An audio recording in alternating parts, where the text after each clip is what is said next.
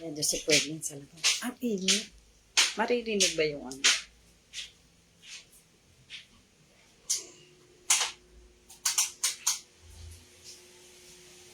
Yan ang makarinig sa'yo. Electric fan. Ay, hindi.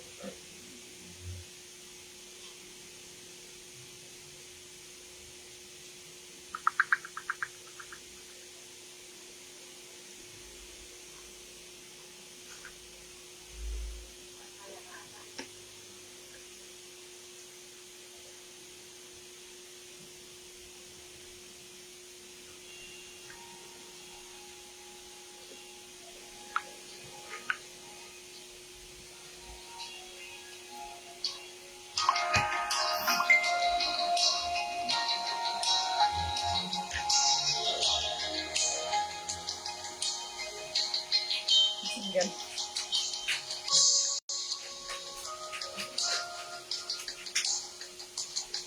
Ray, magsusulat ka ha? Hindi, sa kapitan lang mabilis. Sige. Kapitan. Paano ko malalaman? Send ko na lang ko sa inyo sa message. O paano ko bubuksan dito? Ay, hindi ko X. Ay, Sige lang, ako lang. Mag-chat po ako mamaya. Tapos, yung mga nanonood, send ko sa inyo. Tapos, sulat mo. nakatang na text. Pipilitin niyo na ko yung dito. Yeah. Tapos kapag ano, mag-start na mag-salita na ako. Parang ganun ko.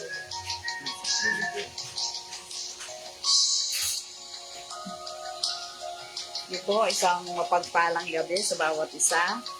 Start na po tayo.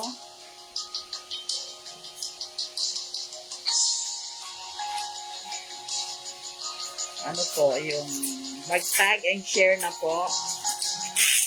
5 minutes.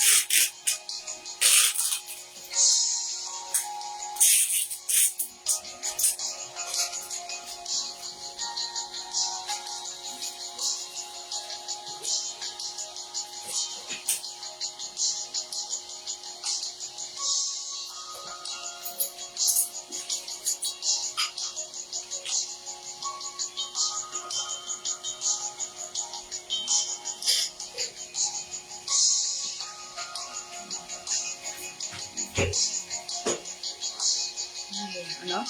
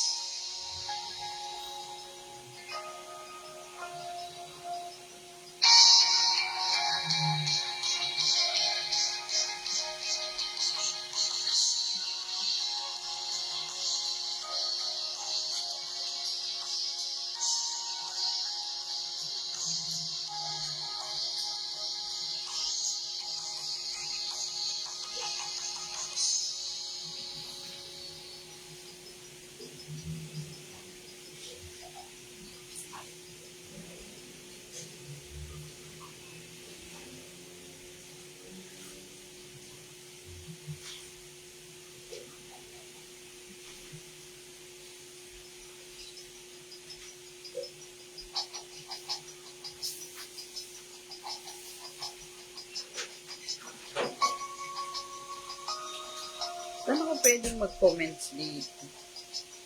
May pag ako'y mag-comment pa. Magsusulat pa. Gusto ko magsulat. Dito?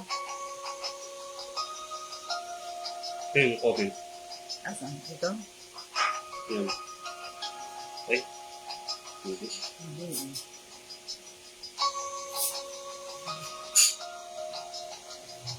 Si Andre, alam mo.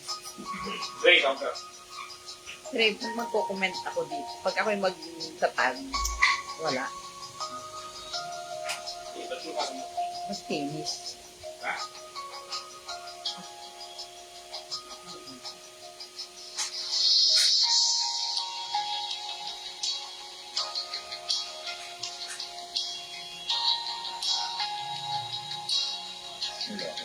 Wala. Eh, pwede. Konti pa lang. Wala pa nga nag-ano. Ano dito? Oh, maganda na.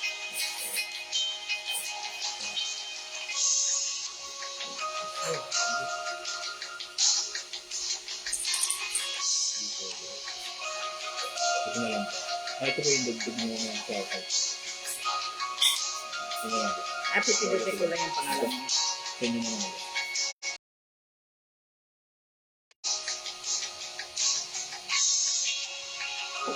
Doon sa cellphone mo.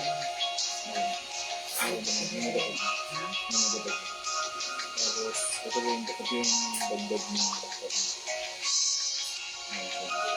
pwede natin Doon. Hindi natin pag-tab sa kaya mag-isapag ito yung ginasin namin additional. Tapos mag-isang ito Ito lang titigil ko ito. ako ito. Ako rin yung pagpili. Oo, nakita namin.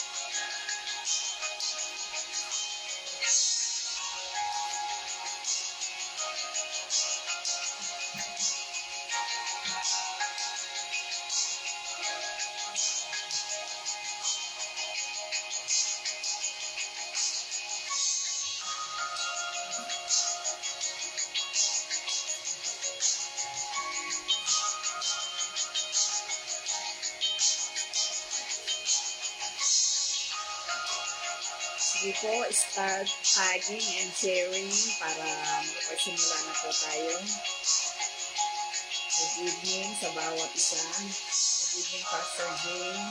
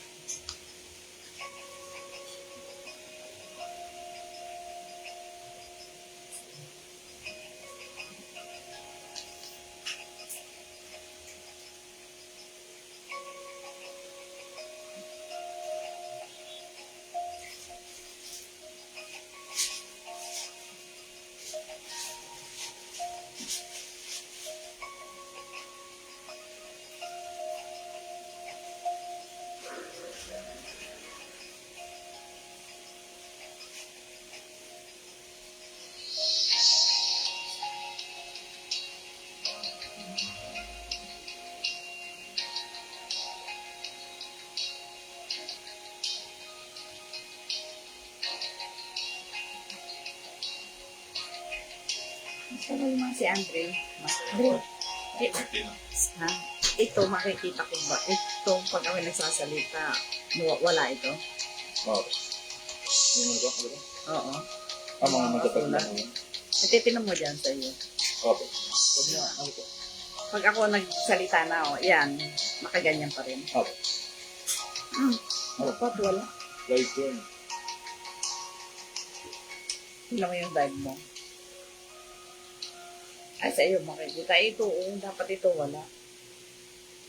Itong mga di ba sila nag-speak like walang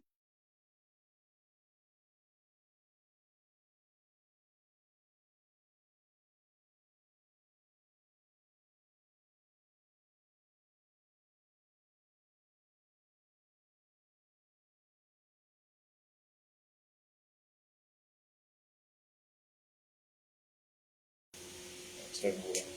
Sige po, tayo po ay magsimula na.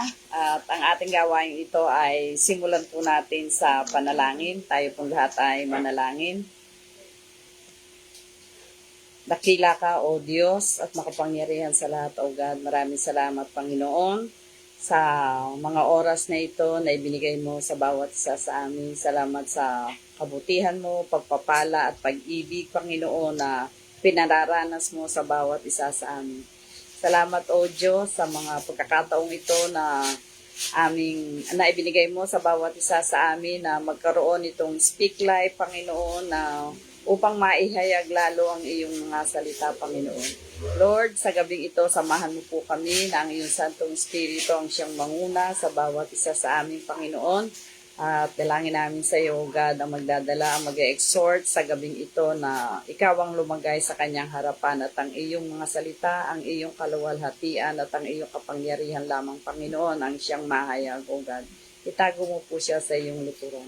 At dalangin ko rin po naman, Panginoon, sa mga makikinig ng iyong salita sa gabing ito. Panginoon, buksan mo ang bawat puso at isipan upang maunawaan, Panginoon, ang aming pag-uusapan sa gabi ito, O Lord God. Maraming salamat at sa namin, ikaw ang aming Diyos na dakila at makapangyarihan sa lahat at ikaw ang aming Diyos na dapat naming itaas at luwalhatiin sa pangalan ni Jesus.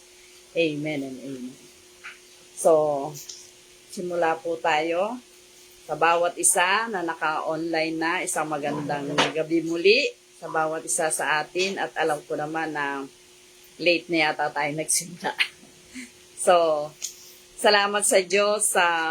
Ito ay pang ilan na? 60? 62. Yes, mahigit na tayong kalahati ng ating Speak Life, ano? Ng 100 days, no? Halos malaki na yung nababawas, mahigit ng kalahati. So, salamat sa Diyos sa mga bagay na yon at ang bawat isa ay nakikiisa sa ating gawain ito, ano? At ito ay ginagawa natin to para pa sa ikalalaganap ng salita ng Panginoon. So, ang akin pong recap sa gabing ito ay yung sabi nga ni Pastor na sabi nga dito, itong mga Athenians or kumbaga sa panahon ngayon, itong Athens ay panahon na ngayon ay ito yung tinatawag nating Greece, ano? So, Rosel, good evening. So, ito yung mga alam naman natin na doon sa Greece nung nakita natin si Paul nung siya ay after ng Berea niya, na siya nangaral sa Berea, iniwan niya doon si Timothy and Silas at siya ay dumiretso sa Athens or ang tawag ngayon ay Greece, di ba? So, ang sabi nga ni Pastor nung last Sunday na paano ba sila mag-worship sa Lord, no? Paano ba nila wino-worship ang Panginoon, ang kanilang mga Diyos-Diyosan? Kasi dito sa Greece, alam naman natin na maraming silang mga Diyos-Diyosan. So, nagwo-worship siya para lamang sa kanilang kagustuhan ng kanilang mga laman. Ano? Ito yung paraan nila ng pagsamba nila sa ating Panginoon. Kung paano yung kagustuhan ng kanilang mga laman, yun ang kanilang mga ginagawa. At sabi nga, ito ay yung parang ang hirap kasing bigkasin sa harap, no? Ito ay isa sa kanilang worship ay yung nagkakaroon sila ng yung pagtatalik sa harapan ng kanilang mga Diyos-Diyosan. Ito yung pangkaraniwan na kasi nilang ginagawa. Ito na yung kanilang mga nakagisnan sa kanilang lugar o dito sa Greece, ano? So, sabi nga ibinibigay ang gusto nila, yung kanilang nais ng laman, yun yung kanilang ipinahayag. So, ano yun? Kasi sa atin, alam naman natin kung ano yung nais ng ating mga laman, yung paggusto ng pleasure, comfort, kung saan tayo komportable, yun yung ating nasusunod. Kumbaga, yun ang kanilang mga ginagawa sa kanilang harap ng Diyos-Diyosan. At ay pinakikita pa, sabi nga, kung itong mga bagay na ito ay ginagawa, yung, kung yung pleasure mo or yung comfort mo or yung magiging convenient ka sa isang mga bagay, kung ito ay gagawin mo ng higit sa lahat, ng mas higit pa sa Diyos, ibig sabihin ito ay yung idol mo na rin, ano? Ito yung idol, no? Nagiging idol mo na yan dahil alam natin na ayaw ng Diyos na siya ay yung sasambahin natin ayaw ng Diyos na yung mga bagay na nasa atin ay mas mahal pa natin kaysa ating mga Diyos yun. Ayaw yun ng ating Panginoon, di ba? At sabi ko nga yung pagsamba nila sa kanilang mga pamumuhay, itong mga mga Greece na ito ay dahil nga sa yung pagsamba nila ay ito yung isang nakita ni Paul nung siya ay napunta sa Athens, no? So dako na po tayo sa exhortation. Praise God. Maraming salamat sa mga nakikinig sa umagang ito, sa gabing ito. So, sabi nga, ang title ng ating theme for this month is yung Acts 17:16-34, Proclaiming Christ in the Cities. So, nakita naman natin, sabi nga sa 18, hindi ko na po masyadong babasahin yung mga verses sapagkat yung mga nauna na ay marami naman nabasa na naman, binabasa naman. Pero, anuhan ko na lang yung siguro kung alin na lang yung verse na aking kukunin at saka yun na lamang po yung aking babasahin. Hindi po ba? So, maraming salamat. So, sabi ko nga, itong city ng Athens, or kung sabihin, noong unang panahon, in the first century, so, ang Athens ay kilala talagang ito sa mga architecture, sa mga arts, and education, noong first century, no? At kilala rin sila sa maraming mga philosophers, di ba? Karaniwan sa mga philosophers ay nanggaling dito kasi dahil dito ang mga tao dito ay masyadong talagang matatalino, matatalino dahil meron silang mga paaralang talagang kumbaga yung mga kilalang paaralan, ano? Sabi natin nga yung paaralan, kumbaga sasabihin natin ay ano bang kilalang paaralan dito sa Pilipinas? UP, di ba? Ano pa? Yung mga universities, UST yan. Ganun ang mga paaralan dito sa Greece. Talagang kilalang kilala sa lugar nila to, no? So alam naman natin na ang mga philosophers na mga naandito ay halimbawa ay kagaya ni Socrates, si Plato, Aristotle. So, doon sila mga nanggaling. Kaya, itong mga tao dito, yung mga karaniwan ay philosophers. So, ito yung mga ni Paul. Ito yung kanyang mga nakasalamuha dito sa lugar na ito, no? So ang Athens ay sabi ko nga kanina, ang Athens ay maraming school at kung sila ay itong mga Athenians na ito, pag sila ay nagtitipon-tipon sa mga public places. Hindi sila yung sasabihin natin na sa isang bahay, sa mga ganon. Hindi. Doon sila nagtitipon-tipon at doon sila nagkakaroon ng palitan ng kuro-kuro or doon sila nagkakaroon ng mga pagdidebate tungkol sa kanilang mga paniniwala, no? So yung kanilang paniniwala or ito yung kanilang mga paniniwala. At itong Athens ay kilala rin sa mga magagandang templo or mga statutes. At itong mga statue nila nito, ito yung kanilang mga gods.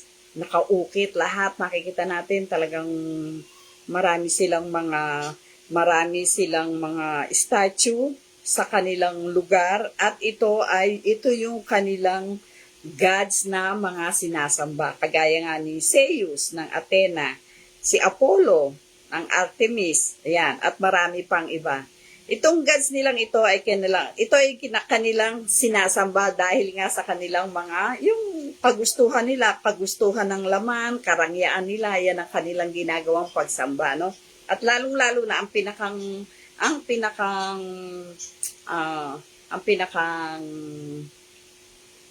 sa atin, hindi natin, kasi sa atin sa Pilipinas or sa ibang lugar, hindi ka panipaniwala, ano, yung habang sila ay sumasamba, ay paraan nila ng pagsasamba ay yung sila ay nagsesex sa harap ng kanilang mga idols, sa harap ng kanilang mga idols. Kasi yung mga idols nila, meron naman mga pangapangalan eh. Kagaya na sa atin, nung araw, anong pangalan? Si Bathala.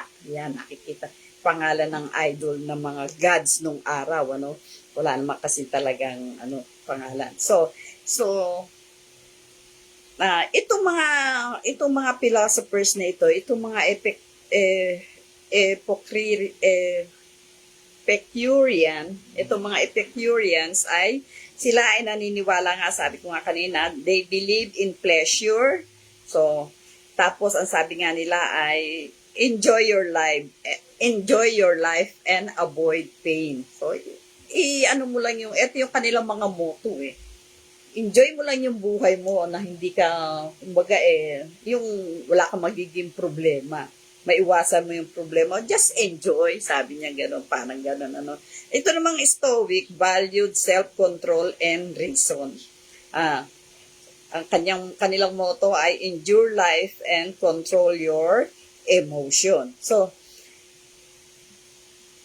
dito, si Paul, sabi nga sa verse 16 ay, sabi nga sa Acts 18:16, sabi nga dito, Acts 17:16, sinasabi dito na, samantalang nang sila'y hinihintay ni Pablo sa Atenas, ay namuhi ang kanyang espiritu sa loob niya sa pagkamasid niya sa bayan na puno ng Diyos-Diyosan. So, nung Paul ay nagkahiwalay sila ni Timothy and Silas kasi magkakasama sila sa Berea. So, si Paul, dumiretso siya ng Athens. Naiwan ngayon tong si Timothy and Silas at nagpapatuloy silang mangaral sa mga lugar na yon, ano? Now, nung si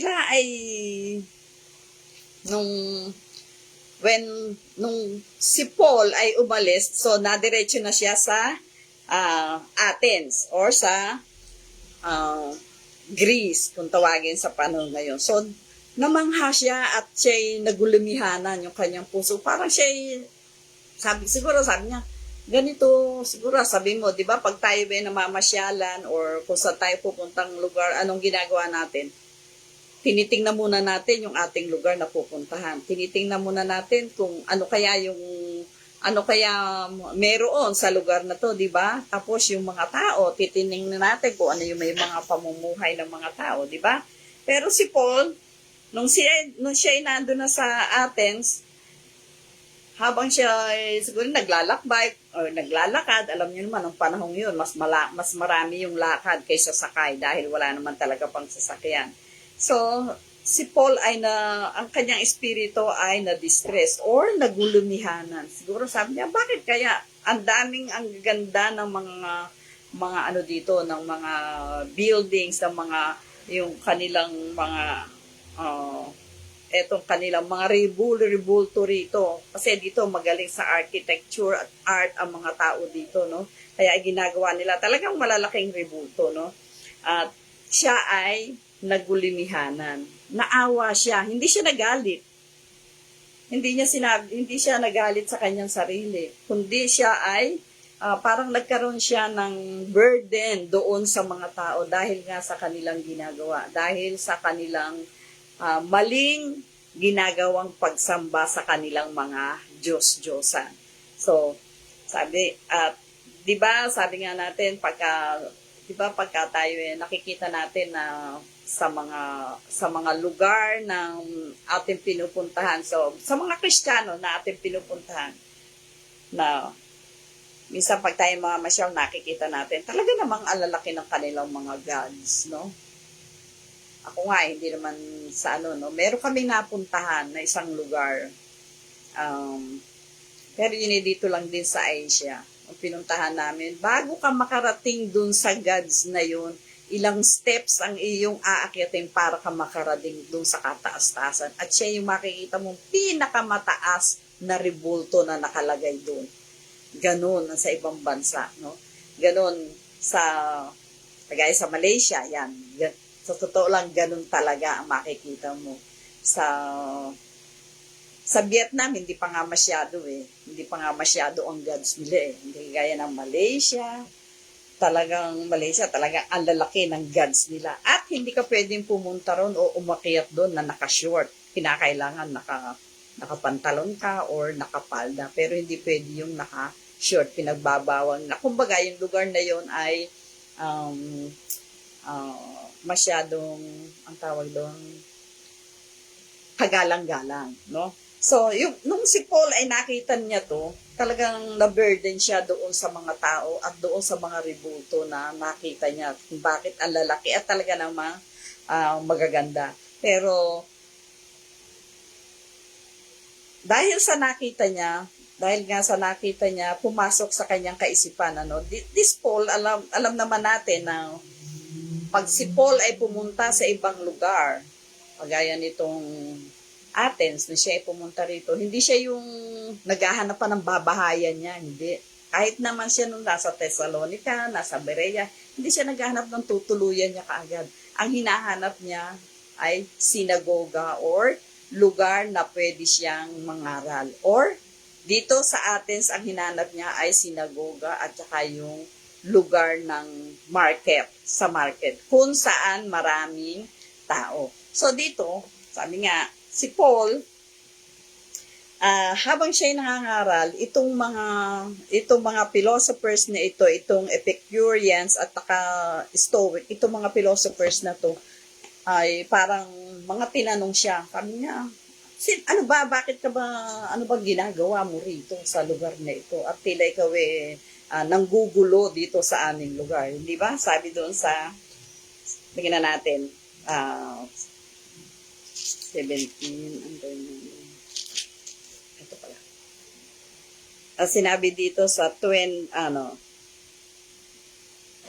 sabi nga dito, kaya sa sinagoga nakipagkatuwiran siya sa mga Hudyo at mga taong masisipag sa kabanalan at sa araw-araw, sa pamilihan, sa mga nakikipagkita sa kanya. So, ibig sabihin, dito nangangaral si Paul sa sinagoga at saka sa mga pamilihan. Doon siya nagpupunta dahil yan ay yung paraan na maihayag niya yung salita ng Diyos. Diba sa atin, sa panahon ngayon, meron tayong nakikita sa mga market, sa palengke. Makikita nyo doon, may tumutugtog, pero nag-worship lang. Meron namang makikita mo na nangangaral, di ba?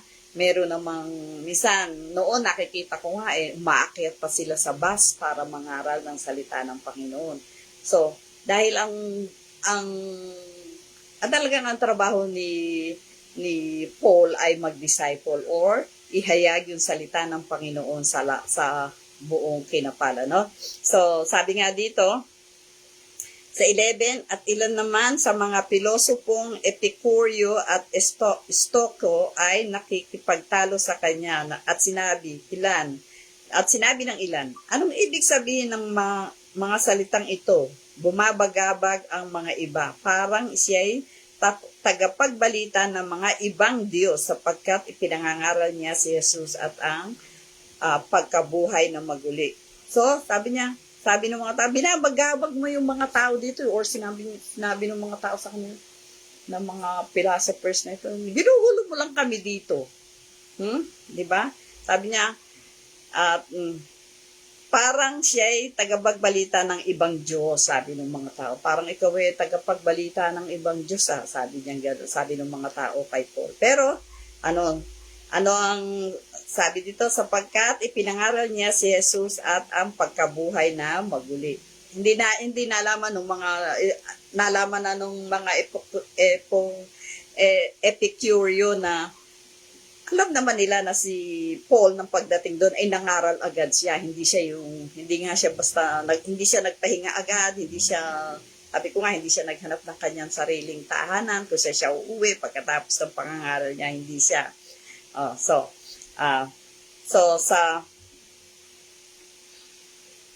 Sabi dito pa, sa 20, sapagkat naghahatid ka ng mga kakaibang bagay sa aming mga tainga, ibig naming maalaman kung ano ang kahulugan ng mga bagay na ito, sabi niya. So, lahat ng mga taga-Atenis at ang mga taga-ibang bayan nakikipanayan doon ay walang ibang ginawa kundi ang magsipagsaysay at mga tinig ng anumang bagay na bago. So, itong pangangaral ni Paul dito, alam naman natin, kasi si Paul talagang masipag mangaral. Kung saan siya magpunta ay talagang ipinangangaral niya yung salita ng Panginoon. So, marami sa kanila na parang itong ipinangaral ni Paul ay kakaiba. Nangaral siya ng kakaiba. Ibig sabihin, kakaibang Diyos naman ang ipinangangaral nito. Hindi kagaya ng mga Diyos. Yung mga ipinangangaral nito, mga Diyos-Diyosa na naan dito. Yung kay Paul, kakaiba. Kasi, ang sabi? Yung ang sabi doon, ang kanyang ipinangangaral ay yung lumalang, teka, nasa ba yun? Ito. Ipinangaral niya si Jesus at ang pagkabuhay na maguli.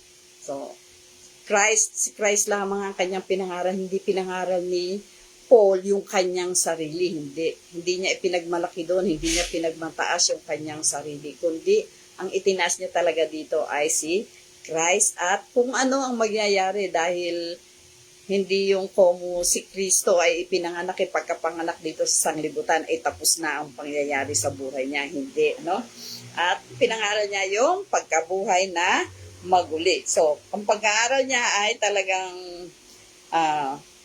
ipinakita niya kung sino talaga ang Diyos dito sa mga taga-Atenis, sa mga taga-Atenea, So, sa verse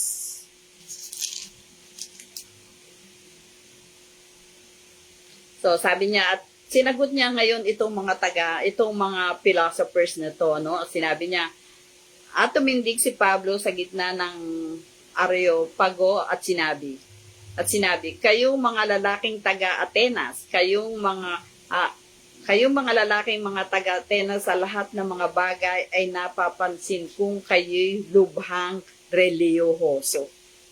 Kasi, nakita niya na yung pag-worship nila doon talagang dibdiban yung kanilang pag-worship.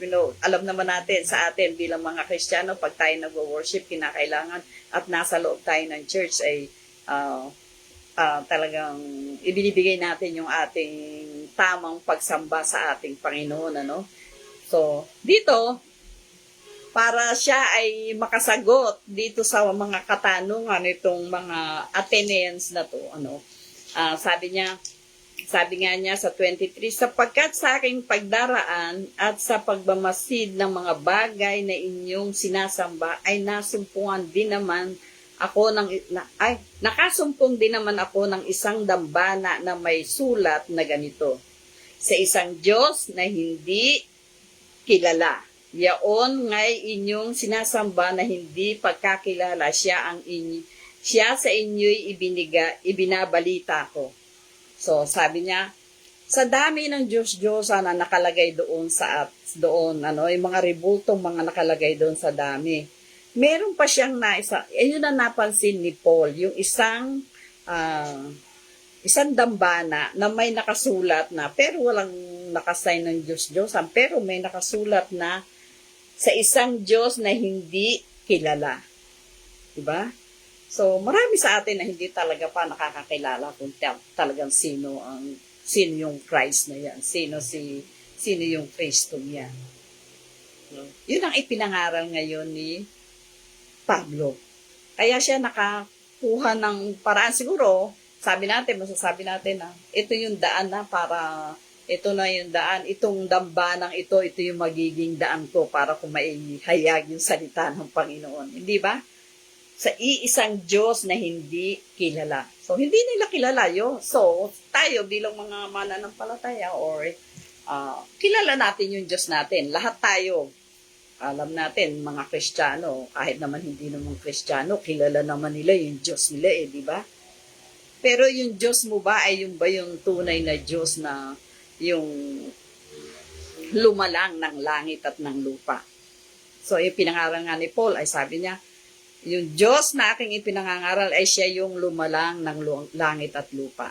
So, saan natin matatagpuan yan? Sa Genesis 1:1, God created the heaven and the earth. At lahat ng may buhay, ayun ang kanyang ipinangaral. Lahat ng may buhay ay siya ang lumalang. At nasa kanya ang kapangyarihan. Ano? Nasa kanya ang kapangyarihan doon sa kanyang nilalang. So, sabi nga sa 23 na hindi nila kilala itong mga taong ito, yung mga sumasamba kasi ayaw nila sumamba doon sa mga Diyos-Diyosa na nakikita nila. Dito sila sumasamba ngayon doon sa Diyos na hindi nila kilala. Meron palang tao na ang Diyos ay hindi nila kilala. Di ba? Meron pa. Kasi minsan doon naalala ko nung kami, may nagpatotoo nung one time nagpunta sa Boreas Island. Sabi niya, parang ngayon lang namin narinig itong mga salitang ito. Ibig sabihin, ngayon lang nila narinig yung salita ng ating Panginoon. Hindi ba? Parang nakakaawa. Nakakaawa na yung mga tao na hindi nila na-encounter talaga si Jesus Christ. Hindi nila na-encounter yung salita ng Panginoon. Nakakaawa din naman talaga. Kasi bilang tayo mga mananampalataya, kahit nasabihin natin na konti ang alam natin sa Biblia, pero yung ating tinanggap na meron tayo, yung salita ng Panginoon na meron tayo, ito naman dapat din naman nating ihayag natin sa iba or dapat natin ibahagi sa iba. Huwag nating kimkimin. Ibig sabihin, kung mahal mo si Christ, kung mahal mo si Kristo, kung ano yung ibinigay sa iyo ay ibahagi mo rin din naman. Hindi po ba? So, kaya si Paul, ang ginawa niya talaga ay ibahagi itong mga salita na meron siya, no? Alam naman natin na talagang itong si Paul ay talagang maangaral at magaling sa salita ng Panginoon, di ba? So sabi nga, maraming sa ngayon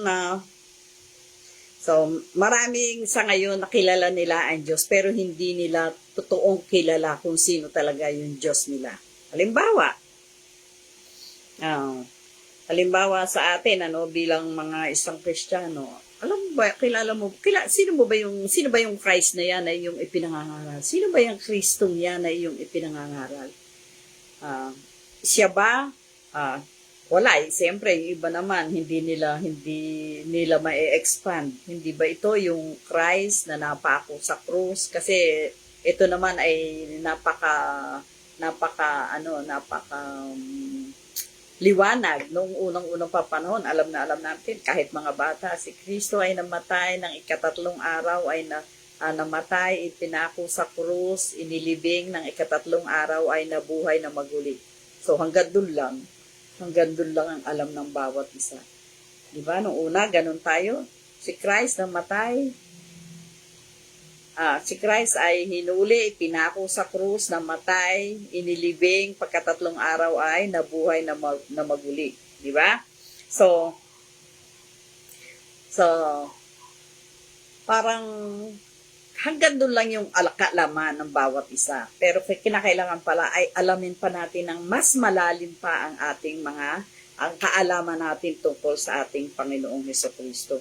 So, ito yung ipinangangaral niya, yung lumikha. Pag sabi nga, ang Diyos ang nagbigay ng buhay. Ang Diyos ang nagbigay ng buhay sa bawat isa sa atin. Lahat ng may buhay dito sa sanglibutan ay siya lamang ang nakapagbigay. Walang ibang tao at walang ibang makakagawa noon kundi sapagkat ang ating Panginoon ay makapangyarihan sa lahat. Amen? So, sabi nga doon, sa mga bagay na yon ay talagang ang mga taga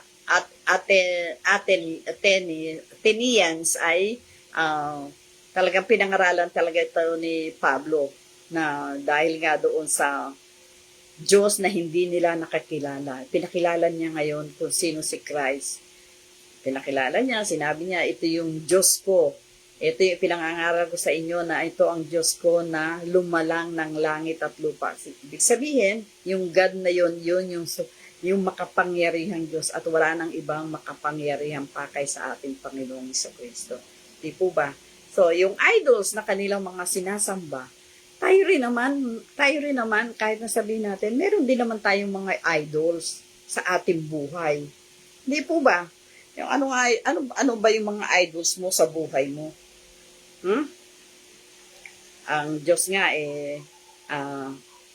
iyan, alam natin, si Christ, ang Diyos natin ay siya yung jealous God. Ayaw niya na merong ang kanyang mga anak ay iibigin ang mga bagay ng higit sa kanya. Yeah. Kaya sabi natin siya ay jealous God sa atin. No?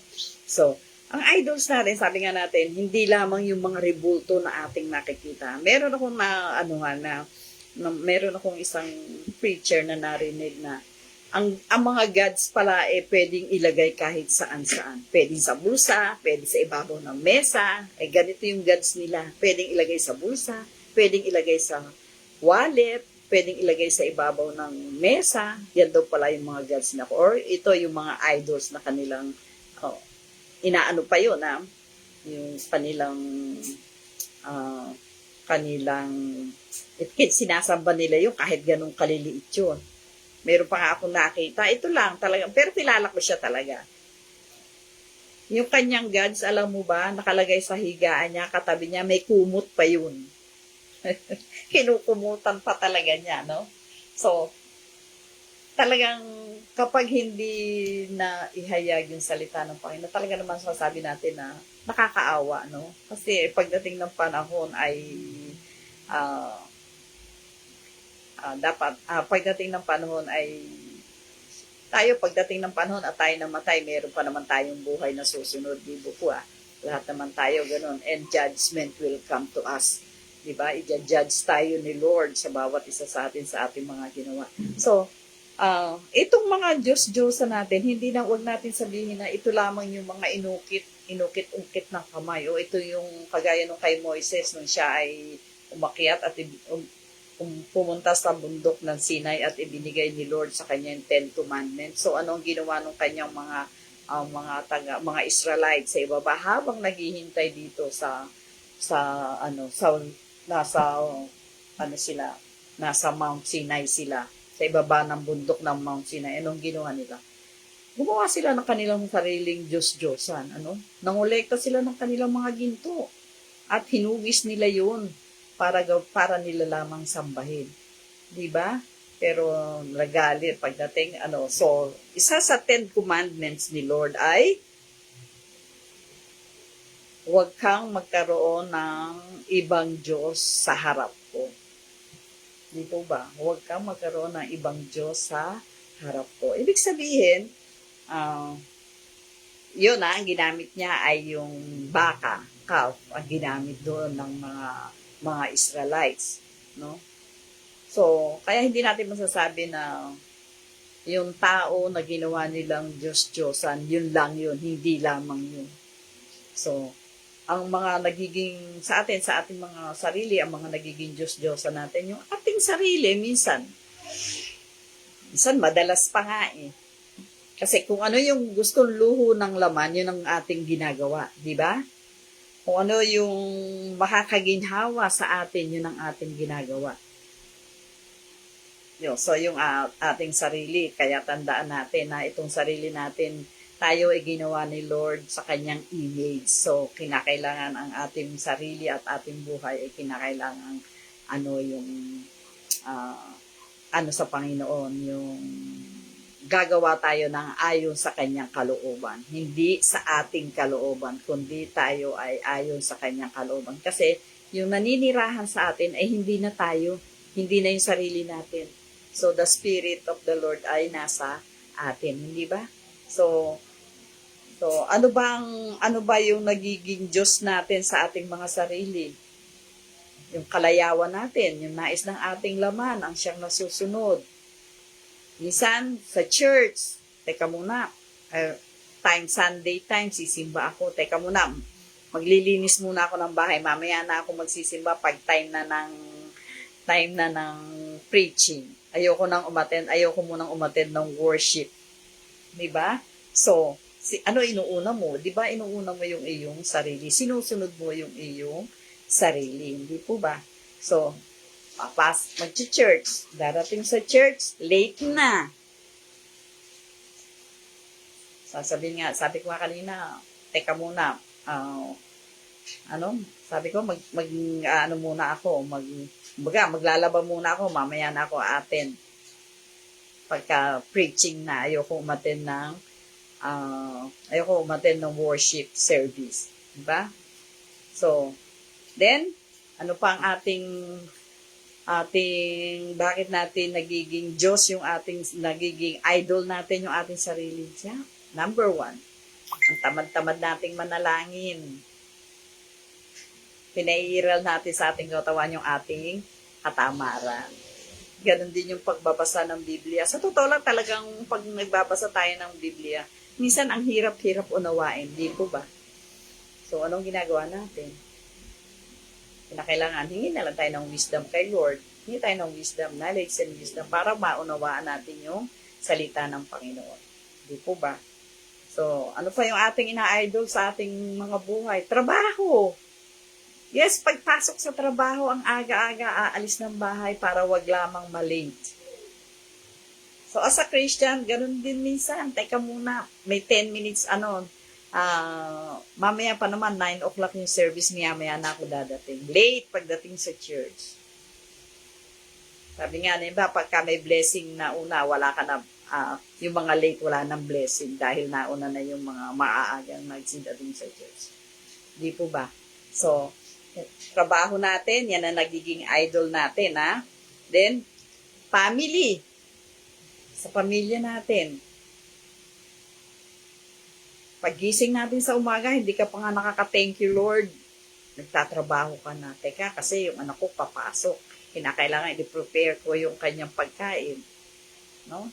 Yung pag-aasikaso sa bahay, sa anak, sa asawa. Yan. Pero dapat hindi, no? Then, minsan, kahit na tayo ay may gawain sa church or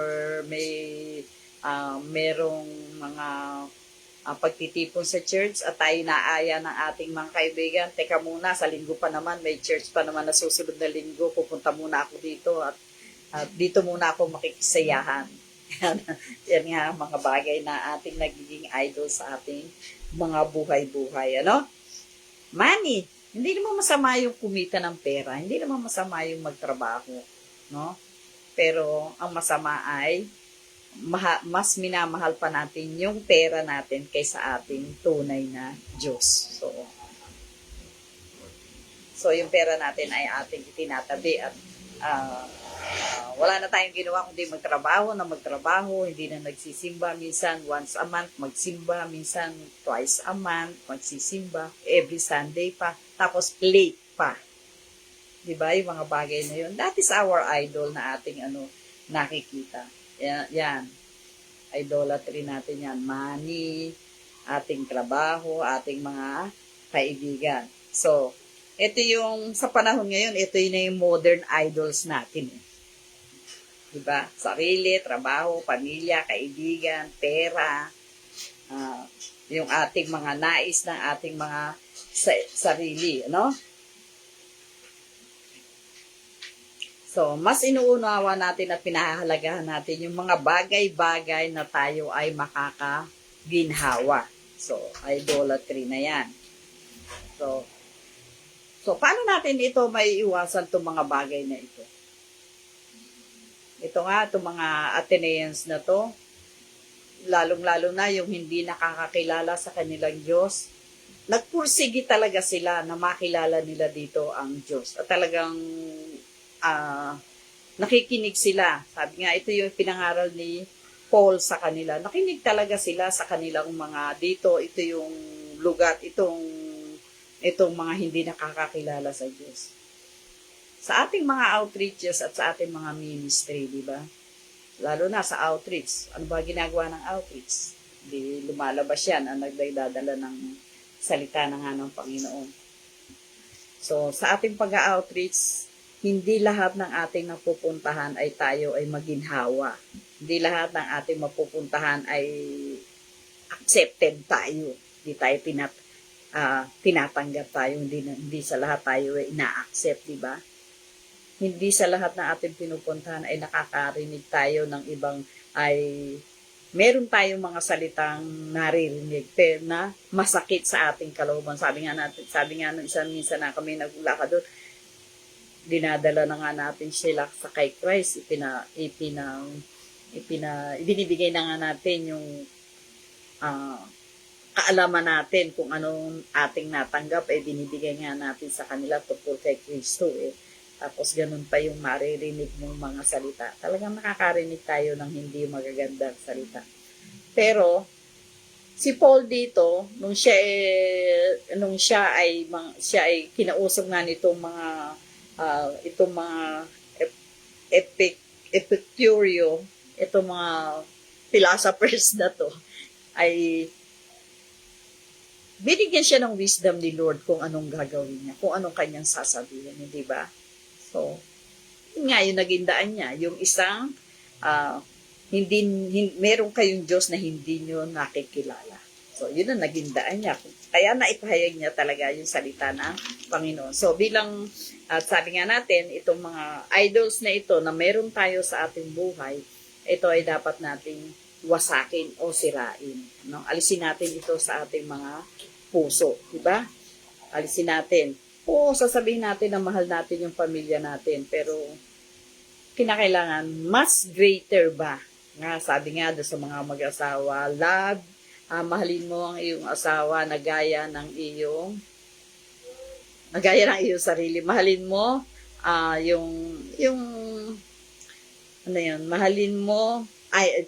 mahalin mo ang Diyos ng higit sa lahat. Ibig sabihin, kahit di kayo may asawa, may anak, mas mahal mo, ang pag-ibig mo ay mas higit pa sa pag-ibig mo sa Diyos kaysa sa kanila. Di po ba?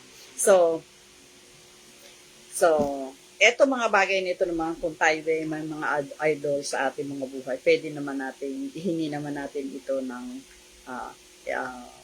kaparaanan sa ating Panginoon upang tayo ay, dahil ang idolatry is sin din, kasalanan.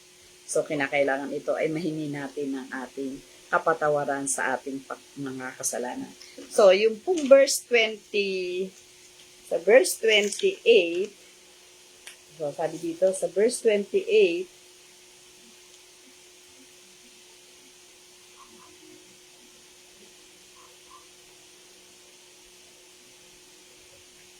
verse 27, upang kanilang hanapin ang Diyos, baka sakaling maapuhap nila siya at siya'y masumpungang bagamang hindi siya malayo sa bawat isa sa atin. So, yung pangangaral dito ni Paul sa kanila ay talagang nagnanais na makilala nila talaga ang Panginoon. At alam naman natin, pag hinahanap natin ang Panginoon, hindi naman siya malayo sa atin. Ang Diyos ay ang ating Panginoon ay naandyan parati yan sa tabi natin. Hindi yan umaalis sa atin. Kasi alam naman natin na tayo ay pinili ng ating Panginoon. Hindi tayo ang pumili sa Kanya. Si Lord ang ating Panginoon ang siyang pumili sa atin. Tandaan natin yan. Diba? At tayo ay kanyang mga anak. Tayo yung kanyang mga uh, heirs. Tayo ay yung kanyang mga tagapagmana. Kaya dito sa dito sa ating sa topic na ito, sabi nga yung ang ating theme is proclaiming Christ in the cities. So si Paul nangaral from Berea to another cities. Hindi siya nag-stay doon, hindi siya nag-stay sa Thessalonica. Doon sa mga journey ni Paul sa kanyang mission, hindi siya nag-stay sa isang lugar lamang, kundi siya ay lumalakad at upang talagang maipahayag ang salita ng ating Panginoon. So, ang ipinahayag niya talaga ay makilala nila ang Kristo or ang Diyos kung sino talaga sa kanilang mga buhay.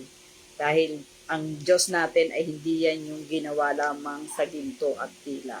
Ang Diyos natin ay hindi lamang yan yung inukit sa mga bato, at ito ay hindi lamang ito yung inukit sa mga bato, hindi yung o kaya sa mga kahoy na ginawa, no?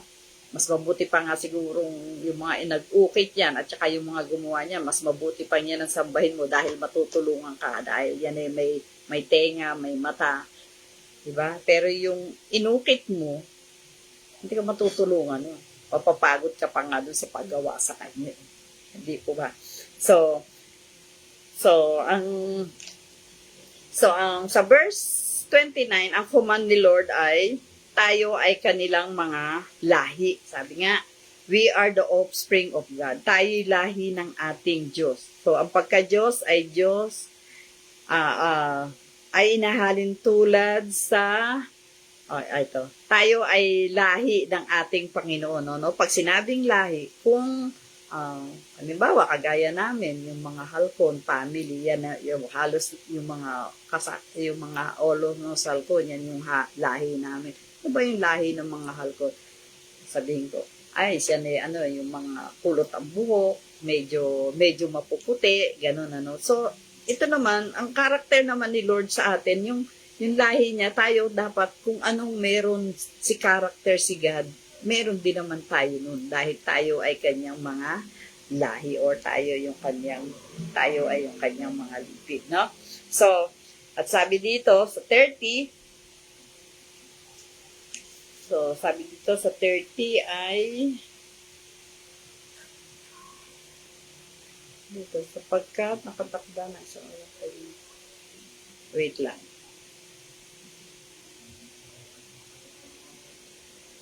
Sa 29, yamang tayo nga'y lahi ng Diyos ay hindi marapat nating isipin na ang pagka-Diyos ay katulad ng ginto o ng pilak o ng bato na inukit sa kabiasnan at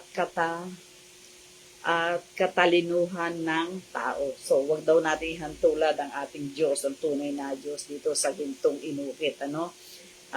Sa panahon ng kahangalan ay pinalipas na nga ng Diyos, datapwat ngayon pinag-uutos niya sa mga tao na mangagsisi silang lahat sa lahat ng dako. So, command ni Lord yun. So, yun naman talaga ang ginawa ni Paul, na yung command ni Lord ay kinakailangan na tayo ay mangagsisi sa ating mga kasalanan. So, kasi dahil sa pagsisisi ng ating mga kasalanan, kung hindi ka magsisisi ng iyong kasalanan, ay paano mo makakamit yung iyong kaligtasan? Paano mo mararanasan ang presensya ni Lord? Paano mo mararanasan ang blessing ni Lord kung hindi ka marunong, kung wala kang pagsisisi ng iyong kasalanan at hindi ka marunong tumanggap ng iyong pagkakamali or hindi mo isusuko ang iyong sarili sa ating Panginoon. Pagsisihan natin. Pag sinabing magsisi, ano tawag doon? Talikuran mo. Ibig sabihin, kung ikaw ay nakaharap sa north, bumaliktad ka, so haharap ka sa south. Di po ba?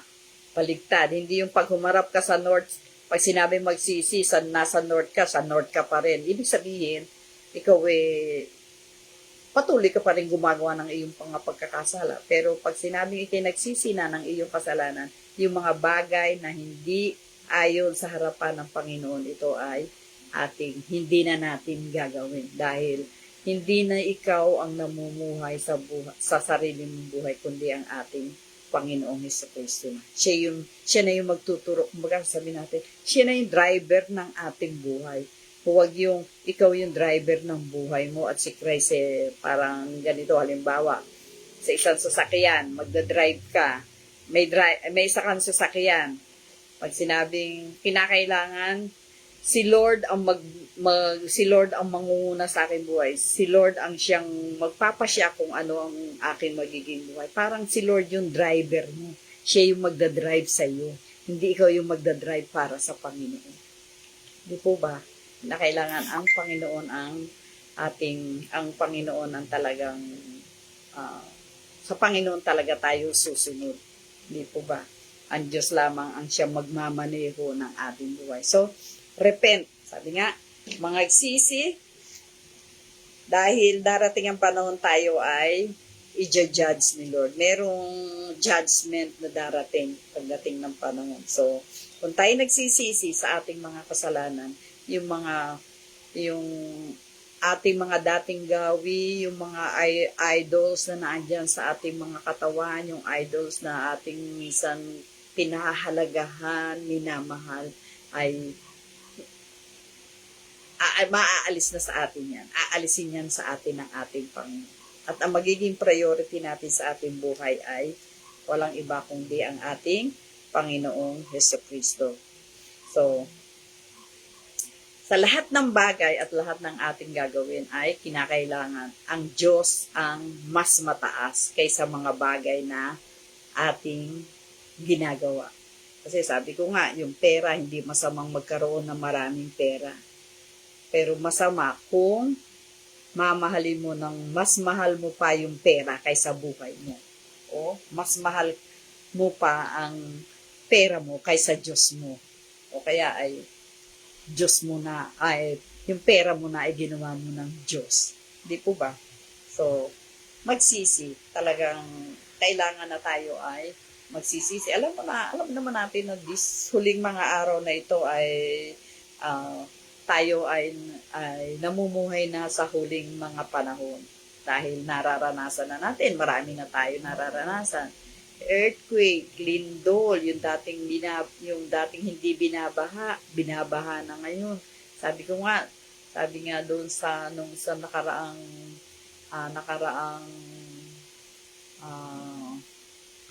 bagyo, 'di ba, yung Cebu, may nagtestimony doon, sabi niya 1950-52 binaha ang Cebu.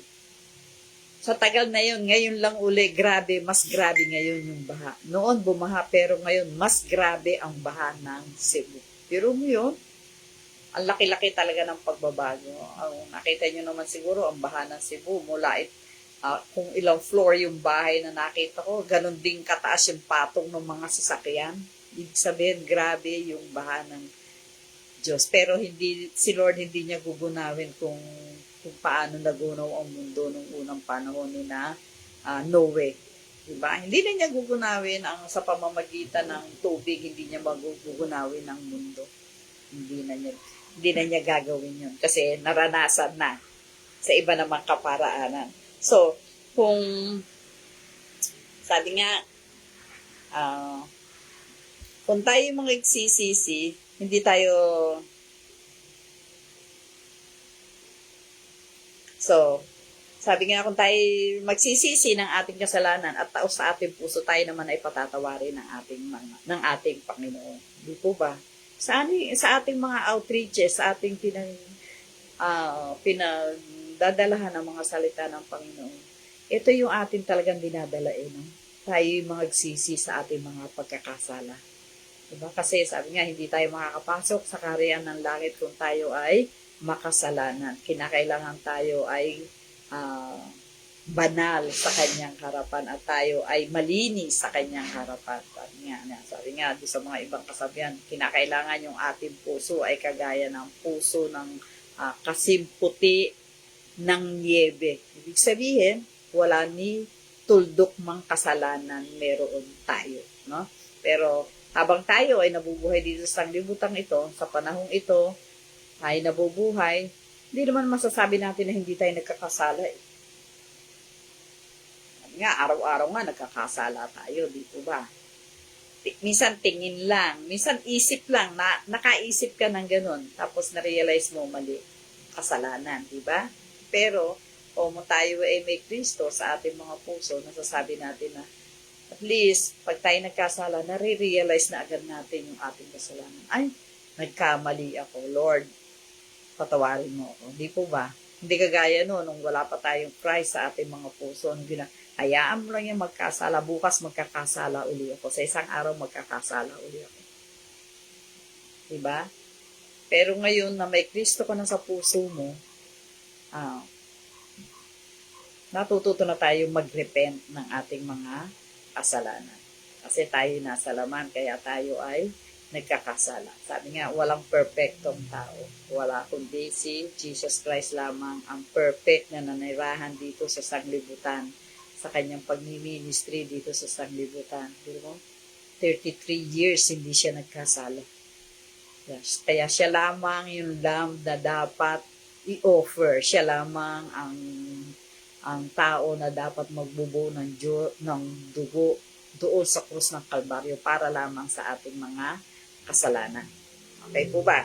So, pag tayo ay nag-repent, hanggang ngayon, talagang hanggat hindi pa dumarating ang ating Panginoon, tayo ay kinakailangan tanggapin natin si Lord na ating sariling tagapagligtas. Tayo magsisi ng ating kasalanan.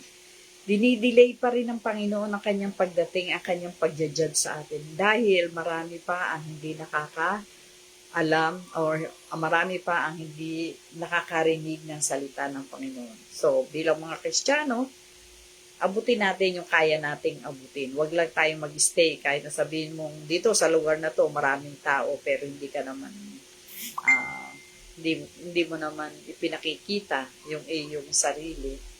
Hindi mo naman pinakikilala kung meron kang Kristo sa iyong puso, no? So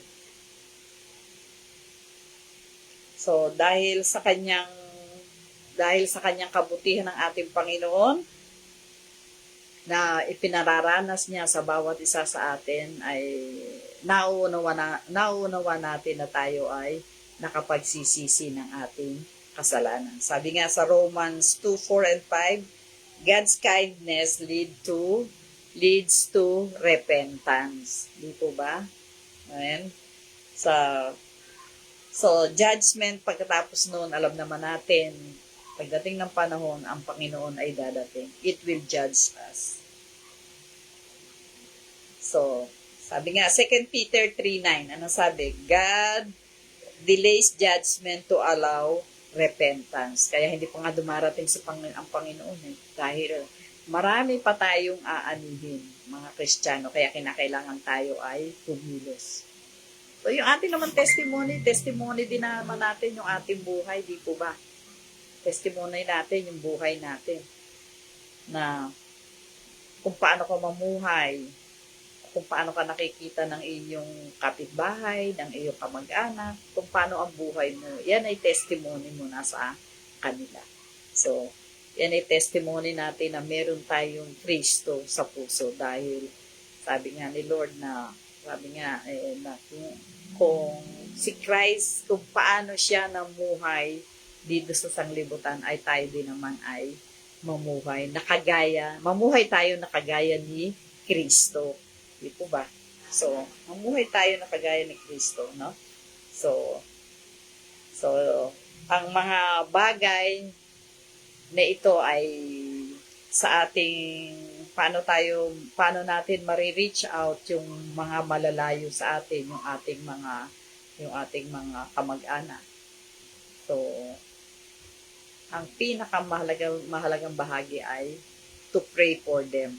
Panalangin natin sila na sila ay makarating, ay na panalangin natin sila na tumanggap sila sa ating Panginoon na kanilang sariling tagapagligtas. Amen po.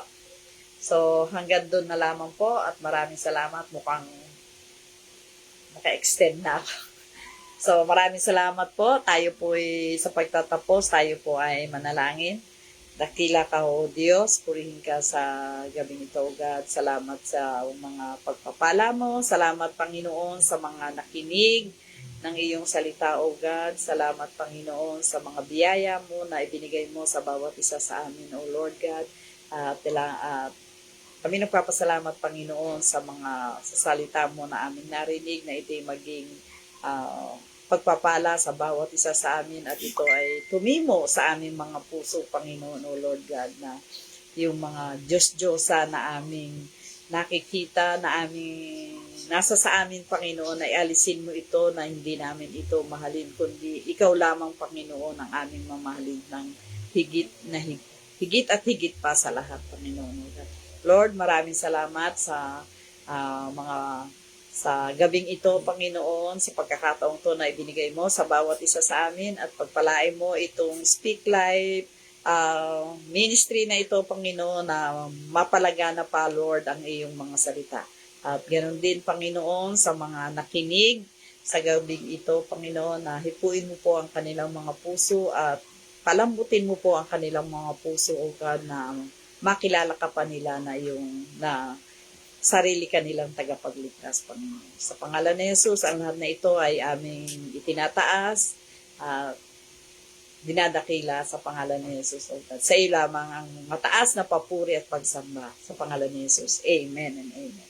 Okay? Maraming salamat po. Shout out na po tayo, no? Now. So, sabi ko nga, ito po yung mga Isang pinawala. Yan, nandito sa luwa. hanggang alin ang start ko. Shout out po tayo sa mga nakinig or nag-tune in sa gabing ito. So, salamat sa mga nag-tune in sa bawat isa. Yung mga FOM pastors and churches, Piodoran Church, Pastor Carl Sandigan, Badian Church, Pastor Bong Flores, Tapel Church, Pastor Vicente Salisi and Pastor Bertin, sa Burias po, si Pastor Albarico Flores. Pastor Albarico, kumusta na po kayo dyan sa Burias? Alam namin, nadaan na kayo ng bagyo.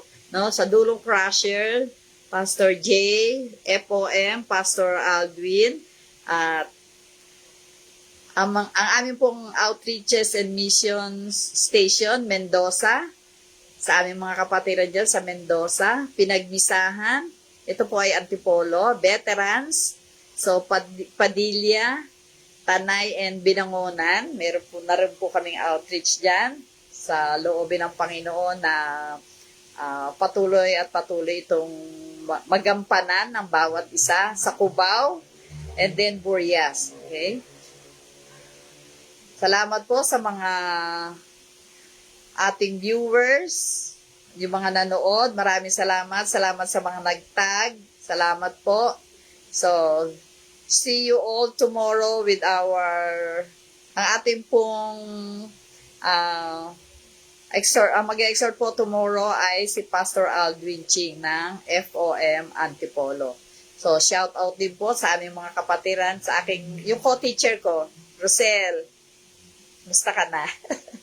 Shout out, no? Kamusta lang yung mga anak dyan at saka yung kambal.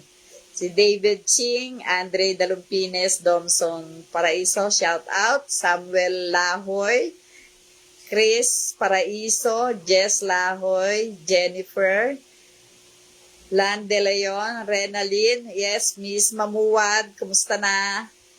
Hindi nyo ako inimbita sa inyong kainan. Brother Ermo, Rosel, yan. Meron pa akong mga co-teacher na tinatag, hindi pa siguro nanonood. Michelle Adrian, Jubilee, Bisamos, Ana, Hazel, Paulo, Mary Rose Teves. Nasa, ka na ba? Nandiyan ka pa ba sa Taguig, Mary Rose? Beverly, eh, Patropes, Rebecca del Rosario, Rian Manyosa, Altea Jeronimo, Macalanas, and happy birthday, Brother JJ, for the day. Yung pong aming mga kapatiran sa Japan, ah, ah, yung pong aming BS Japan.